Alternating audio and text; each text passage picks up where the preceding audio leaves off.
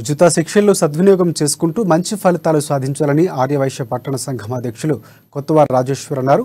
స్థానిక సరస్వతి శిశు మందిర్లో శనివారం తెలంగాణ ఆర్యవైశ్య టీచర్స్ అసోసియేషన్ ఆధ్వర్యంలో నిర్వహిస్తున్న పాలిసెట్ ప్రవేశ ఉచిత పరీక్షల్లో ఆయన సందర్శించారు. ఇక శిక్షణలు పరిశీలించారు. ఈ సందర్భంగా 10 పరీక్షల్లో మెరిసిన విద్యార్థులకు జ్ఞాపికలను అందజేసి అభినందించారు. ఉచితంగా పాలిసెట్ కోచింగ్ను అందిస్తున్న ఉపాధ్యాయులు సత్కరించారు. ఆయన పెరిగిన పోటీకి తగ్గట్లుగానే విద్యార్థులు అన్ని విషయాల్లో పట్టు సాధించాలని ఈ సందర్భంగా కొత్తవారి రాజేశ్వర్ సూచించారు. విద్యార్థులకు ఉచితంగా పాలిసెట్ శిక్షణ అందించడం పట్ల అభినందనలు తెలియజేశారు. శిక్షణను పూర్తి స్థాయిలో సద్వినియోగం చేసుకుని ఉత్తమ ఫలితాలు సాధించాలని విద్యార్థులకు సూచించారు. అమూల్యమైన సందేశాన్ని ఇచ్చి మమ్మల్ని ఇంకా ఉత్తేజపరిచినందుకు వారికి ఇంకోసారి ధన్యవాదాలు తెలియజేస్తున్నాను. భవిష్యత్తులో జరగబోయే కార్యక్రమాలకు కూడా ఫ్రీ కోచింగ్ని మొదలుపెట్టారు.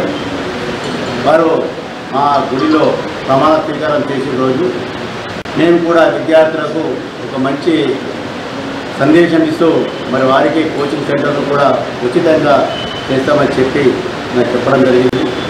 దానివల్లనే 20వ తారీఖు రోజున ఈ కార్యక్రమాన్ని మొదలుపెట్టారు. ఇది మన వైశ్య సంఘంలో పెడతాను కానీ అక్కడ మాకు ప్రోగ్రాం ఉండటం వలన శిశు మందిర్లో పెట్టడం జరిగింది.